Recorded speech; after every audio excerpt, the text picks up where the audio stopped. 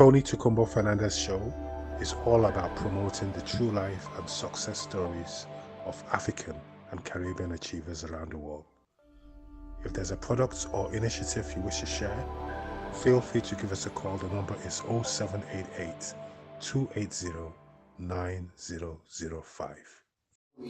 How important I feel it is, and just that why that is particularly, and as I'm also the chair of the All Party Parliamentary Group for Africa, and the ambition of the All Party Parliamentary Group for Africa is to ensure mutually beneficial relationships between the United Kingdom and African countries, and also to address some of the stereotypes which unfortunately still persist in the UK with regard to Africa and Africans.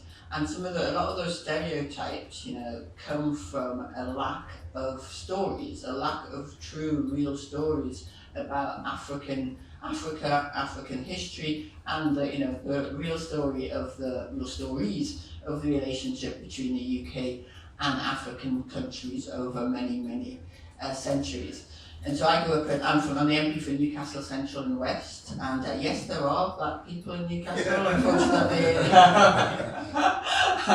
in London.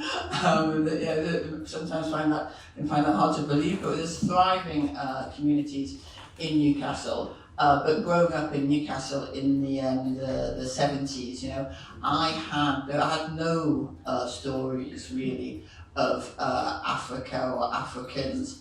Apart from the representations of evil dictators across Africa, or entirely victimized slaves within historical romances or whatever. I didn't know. It wasn't literally until I became the MP for Newcastle Central and West that I learned, for example, that on the Hadrian's Wall, which was the outpost, if you like, of Roman Empire. Britain was the most sort of far-flung part of the Roman Empire, and Hadrian's Wall was a wall that went across from Wall's End, which is where I was born actually, to sort of Cumbria, to protect the Roman Empire from the marauding Picts.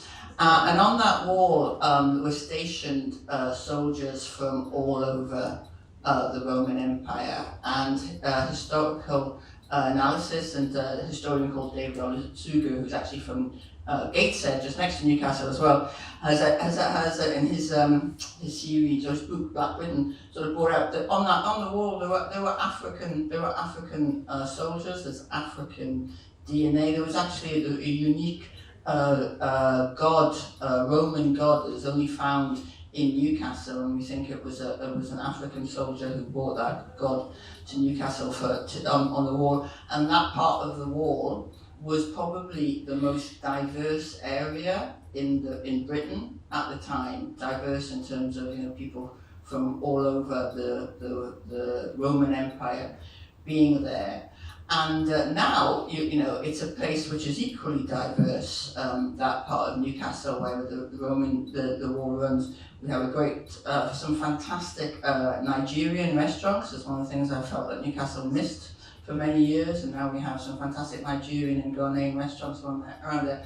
It's a really diverse part of the city, but that is not seen as being part of a historical evolution going back, 2,000 years, basically. It's seen as being something that's recent and implanted, and it's only by telling the stories. I'm glad to say that our it's called the Great Northern Museum in Newcastle now has exhibits which reflect the diverse nature of Africans in the history of Africans and people of African heritage in the Northeast. That's telling the stories of the relationship of our region to Africa and African countries, and it's uplifting those stories, from each place in the UK and from each connection with Africa and with the and if the Caribbean countries as well. It's by uplifting those stories that we can address the misconceptions and the stereotypes around, and the inequality of the relationship that is seen between the UK and its history and its relationship with African countries. So I think it's really important to celebrate those stories. I think it's really important that we celebrate that here in Parliament.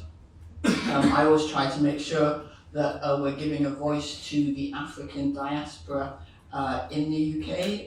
Last week, you probably missed this, it wasn't very well promoted, but last week was British Export Week. And I was really pleased to find out that to visit a company in Newcastle which is doing advanced bio research into cell types and cells which generate hair.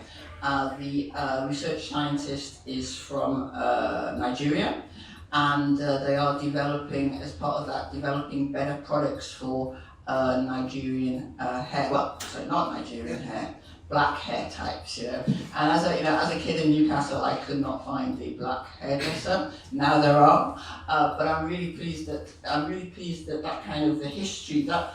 There's a history of African presence and contribution towards the UK that goes back to Roman and indeed pre-Roman times, and is still being and is still there now, and is to be celebrated by myself as the first African heritage MP for Newcastle, and by fantastic scientists and researchers and importers and exporters. We're actually exporting hair products to Africa as part of that. So it's a continuing story, and it's by uplifting stories such as that we can not only celebrate our heritage, but also understand our identity better as a country and as a people.